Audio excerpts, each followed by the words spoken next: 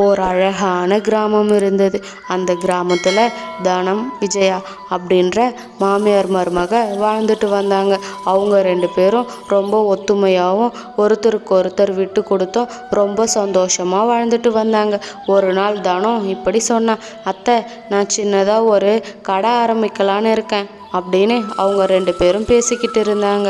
ஒரு நாள் தனம் காட்டு வழியாக நடந்து ஊருக்குள்ளே வந்துக்கிட்டு இருக்கப்ப அங்கே நிறைய காளான் இருக்கிறத பார்த்தா தனம் திரும்பவும் அந்த காளான் இருக்கிற இடத்துக்கே தனம் நடந்து வந்துக்கிட்டு இருந்தா. தனத்தோட மனசுக்குள்ள ஒரு யோசனை தோணுச்சு. தனம் இப்படி யோசிச்சா, நம்ம ஏன் இந்த காளான் எல்லாத்தையும் வீட்டுக்கு எடுத்துகிட்டு போய் காளான் 65 செய்யக்கூடாது அப்படின்னு முடிவு செஞ்சு அங்கிருந்து கொஞ்சம் காளானை மட்டும் எடுத்துகிட்டு வந்து ருசியான காளான் 65 செஞ்சுக்கிட்டு இருந்தா. அதோடைய வாசனை ரொம்பவும் நல்லா இருந்துச்சு. அப்படி விஜயாவும் தனமும் சேர்ந்து அந்த ருசியான காளான் 65 ருசிச்சு சாப்பிட்டுக்கிட்டு இருந்தாங்க. சாப்பிட்டு முடித்ததும் தனம் இப்படி சொன்னான், அத்தை, நான் நாளைக்கே கடை ஆரம்பிக்கலான்னு இருக்கேன். இதுக்கு முதலீடு எதுவும் தேவையில்லை அப்படின்னு சொல்லி அதுக்கு அடுத்த நாளே தன்னுடைய வீட்டுக்கு வெளியே ஒரு வண்டியில் காளான் 65 கடையை ஆரம்பித்தா. தனம் இப்படி சொல்லிக்கிட்டு இருந்தா, எல்லாரும் வாங்க, ருசியான காளான் 65 தயாராக இருக்குது. நீங்கள் ஒரு தடவை வந்து வாங்கி சாப்பிட்டு பாருங்க. இதோடைய ருசி அச்சு அசல் சிக்கன் மாதிரியே இருக்கும் அப்படின்னு சொல்லிக்கிட்டு இருந்தா தனம். தனத்தோடைய கடைக்கு ஒருத்தர் நடந்து வந்தார். தனம் அவர்கிட்ட, அண்ணன், நீங்கள் ஒரு தடவை இந்த காளான் 65 வாங்கி சாப்பிட்டு பாருங்க. அதுக்கப்புறமா நீங்கள் சிக்கன் இருக்கிறதையே மறந்துடுவீங்க. அவ்வளோ ருசியாக இருக்கும் அண்ணன், ஒரு பிளேட் கொடுக்கட்டுமா அப்படின்னு சொல்லி கேட்டால் தனம். அதுக்கு அவர், என்னம்மா சொல்கிற, இது சிக்கன் போலவே இருக்குமா?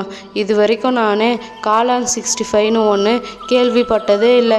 நீ வேற ருசியாக இருக்குன்னு சொல்லிட்ட. சரிம்மா, எனக்கு ஒரு பிளேட் காளான் 65 கொடு அப்படின்னு சொல்லி கேட்டார். தனமும் அவருக்கு ஒரு பிளேட்டில் காளான் 65 போட்டு கொடுத்தா. அதோடைய ருசி அவருக்கு ரொம்பவும் பிடிச்சி போச்சு. சாப்பிட்டு முடித்ததும் இப்படி சொன்னார், தனம், உண்மையிலேயே நீ சொன்ன மாதிரி சிக்கன் மாதிரியே இருக்குமா இந்த காளான். இதோடைய ருசியும் ரொம்பவும் நல்லா இருக்குது. இதுக்கப்புறமா தினமும் வந்து உன் கடையில் இந்த காளான் 65 வாங்கி சாப்பிடுவோமா அப்படின்னு சொன்னார். அப்படி அந்த ஊரில் இருக்க எல்லாருமே தனத்தோடைய கடையில் வந்து காளான் 65 வாங்கி சாப்பிட ஆரம்பித்தாங்க. அப்படி அந்த கிராம மக்கள் எல்லாருமே சிக்கன் இருக்கிறத மறந்து போய் ருசியான காளான் 65 வாங்கி சாப்பிட ஆரம்பித்தாங்க. அப்படியே 2-3 மாதங்கள் போச்சு. ஒரு நாள் தனம் தான் வீட்டுக்கு வெளியே நின்றுக்கிட்டு இருக்கப்ப மல்லிகா மெதுவாக நடந்து தனத்தோடைய வீட்டுக்கு வந்தா. தனம் கிட்ட இப்படி கேட்டா, ஏமா தனம், உனக்கு இந்த காளான்லாம் எங்கேருந்து கிடைக்கிது? சொன்னால் நானும் வாங்கிட்டு வந்து காளான் 65 செஞ்சு சாப்பிடுவேன்ல, உனக்கு எங்கேருந்துமா கிடைக்கிது இந்த காளான் அப்படின்னு சொல்லி தனம் கிட்ட கேட்டுக்கிட்டு இருந்தா. அதுக்கு தனம் இப்படி சொன்னான், மல்லிகாக்கா, நீங்கள் எதுக்கு ரொம்பவும் கஷ்டப்படுறீங்க? என்னுடைய கடையில் வந்து ருசியான காளான் 65 வாங்கி சாப்பிடுங்க அப்படின்னு சொல்லி தனம் காளான் இருக்கிற இடத்த மல்லிகாவுக்கு சொல்லவே இல்லை.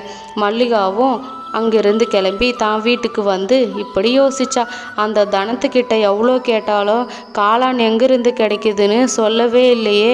அதை தெரிஞ்சுக்கிட்டா தானே அவளுக்கு போட்டியாக நான் காளான் 65 கடையை ஆரம்பிக்க முடியும்.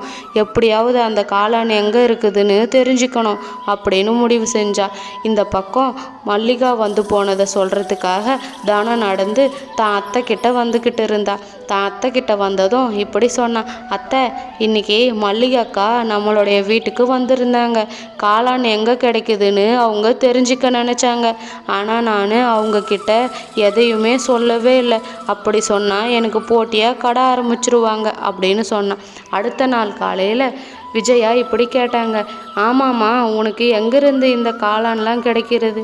நீ காசு கொடுத்து வாங்கிட்டு வரியா, இல்லை உனக்கு எங்கேயாவது இந்த காளான் கிடைக்குதா அப்படின்னு சொல்லி விஜயா தனம் கிட்ட கேட்டுக்கிட்டு இருந்தாங்க.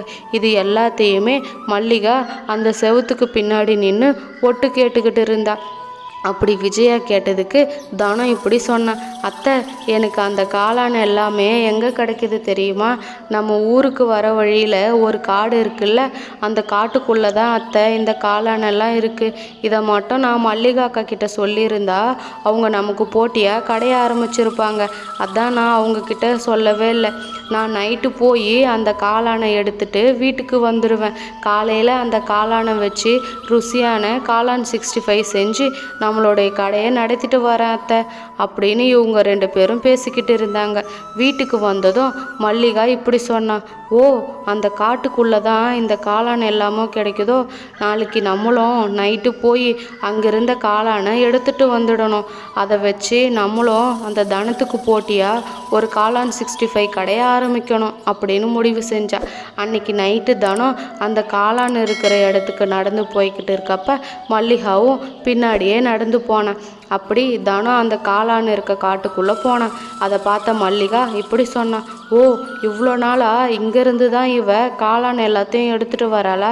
நமக்கு தான் இந்த இடம் தெரிஞ்சிடுச்சுல்ல, இதுக்கப்புறமா நம்மளும் கடையை போட்டுற வேண்டியதான் அப்படின்னு யோசிச்சா. அப்படி அடுத்த நாளே மல்லிகா தான் வீட்டுக்கு வெளியே சின்னதாக ஒரு காளான் 65 கடையை ஆரம்பிச்சா. எல்லார்கிட்டையும் இப்படி சொல்லிக்கிட்டு இருந்தா. எல்லாரும் வாங்க, ருசியான காளான் 65 தயாராக இருக்குது.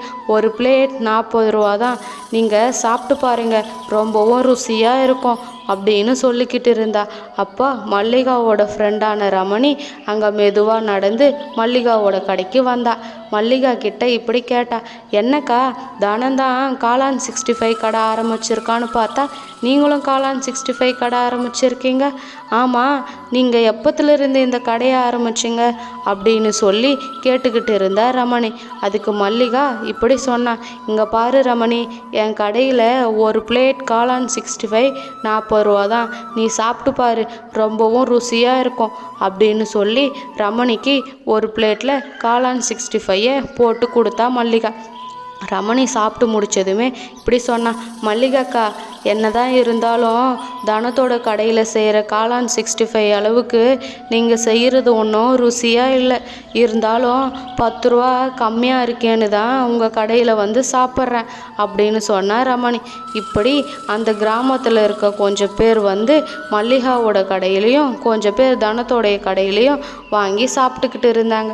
இப்படி அவங்க 2 பேருடைய கடையிலையும் வியாபாரம் ரொம்ப நல்லாவே போய்கிட்டு இருந்துச்சு. அப்படியே 2-3 மாதங்கள் போச்சு. ஒரு நாள் மல்லிகா சீக்கிரமாகவே நடந்து அந்த காட்டுக்குள்ளே போய்கிட்டு இருந்தா. அப்படி ஒரு வழியாக அந்த காளான் இருக்கிற இடத்துக்கு போனதும் மல்லிகா இப்படி யோசிச்சா. நம்ம ஏன் இங்கே இருக்கிற மொத்த காளானையும் வீட்டுக்கு எடுத்துகிட்டு போகக்கூடாது? தனம் வரத்துக்கு முன்னாடியே இங்கேருந்து எல்லா காளானையும் எடுத்துகிட்டு போயிடணும். அவளுக்கு ஒரு காளான் கூட கிடைக்கக்கூடாது. அப்படி மட்டும் நான் செஞ்சேன்னா நாளைக்கு தனத்தோடைய கடைக்கு யாருமே போக மாட்டாங்க, எல்லாரும் என்னுடைய கடைக்கு தான் வருவாங்க அப்படின்னு யோசிச்ச மல்லிகா அங்கிருந்த எல்லா காளானையும் எடுத்துட்டு தன்னுடைய வீட்டுக்கு வந்தா. அப்பாடா, ஒரு வழியாக எல்லா காளானையும் வீட்டுக்கு எடுத்துகிட்டு வந்தாச்சு. அந்த தனத்துக்கு ஒரு காளான் கூட கிடைக்காது. நாளைக்கு எப்படி கடையை ஆரம்பிக்கிறான்னு நானும் பார்க்குறேன். நாளைக்கு எல்லாரும் நம்மளுடைய கடைக்கு தான் வந்து காளான் 65 வாங்க போகிறாங்க, நிறைய லாபம் கிடைக்கும் அப்படின்னு சந்தோஷப்பட்டு அன்னைக்கு நைட்டு மல்லிகா ரொம்ப நிம்மதியாக தூங்கிக்கிட்டு இருந்தா. விஜயா இப்படி கேட்டாங்க. என்னம்மா தனம், நேரம் ஆகுது, இன்னும் கடையை திறக்கலையா அப்படின்னு சொல்லி கேட்டுக்கிட்டு இருந்தாங்க. அதுக்கு தனம், அத்தை, அந்த மல்லிகாக்கா நேற்று நைட்டு சீக்கிரமாகவே போய் அங்கே இருக்க எல்லா காளானையும் எடுத்துகிட்டு போயிட்டாங்க. அவங்களுக்கு ஒரு விஷயம் தெரியாது. நான் நைட்டு எடுத்துகிட்டு வர காளான் எல்லாத்தையும் ஃப்ரிட்ஜுக்குள்ளே வச்சுட்டு அடுத்த நாள் தான் காளான் 65 செய்வேன். இது தெரியாமல் அவங்க எல்லா காளானையும் எடுத்துகிட்டு போயிட்டாங்க, மொத்தமாக வீணாக போகுது அப்படின்னு சொன்னான். அதை கேட்டதுமே விஜயா, சரி விடுமா, அவள் பேராசைப்பட்டால, அந்த மல்லிகாவுக்கு இது தேவைதான் அப்படின்னு சொன்னாங்க. இந்த பக்கம் மல்லிகா எடுத்துகிட்டு வந்த காளான் எல்லாமே கெட்டு போய் அதிலிருந்து ஒரு கெட்ட வாடை வீசுச்சு. இது எதுவுமே தெரியாமல் மல்லிகா அதில் காளான் 65 செஞ்சு அங்கே சாப்பிட வரவங்களுக்கு கொடுத்தா. அதை சாப்பிட்டவங்க மல்லிகா கிட்ட இப்படி கேட்டாங்க. நீ என்ன கெட்டுப்போன காளானில் 65 செஞ்சு இங்கே இருக்கிற எல்லாரையும் சாகடிக்க பார்க்குறியா? இதுக்கப்புறமா நீ இந்த ஊரில் எந்த கடையுமே போடக்கூடாது, ஒழுங்காக கடையை மூடிடு அப்படின்னு சொல்லி மல்லிகா கிட்ட சண்டை போட்டுக்கிட்டு இருந்தாங்க. அங்கே என்ன நடக்குதுன்னே தெரியாமல் மல்லிகா புலம்பிக்கிட்டு இருந்தா. அப்போ தனம் நடந்து மல்லிகாவோட கடைக்கு வந்துக்கிட்டு இருந்தா. அங்கே வந்ததுமே தனம் இப்படி சொன்னான். என்ன மல்லிகாக்கா, காளான் எல்லாமே கெட்டு போயிருக்கா? நீங்கள் ரொம்பவும் பேராசைப்பட்டுட்டீங்க.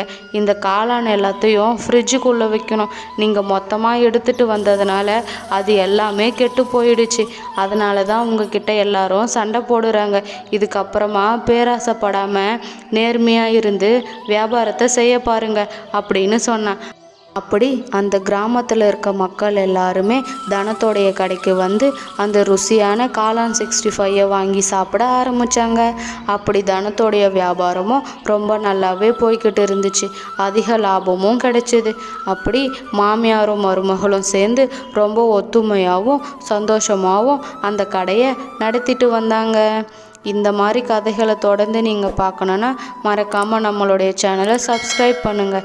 நிறைய பேர் நம்மளுடைய சேனலை சப்ஸ்கிரைப் பண்ணாமையே வீடியோ பார்க்குறீங்க. அடுத்து என்ன கதை போடலான்னு மறக்காமல் கமெண்ட் பண்ணுங்கள். பாய் நண்பர்களே.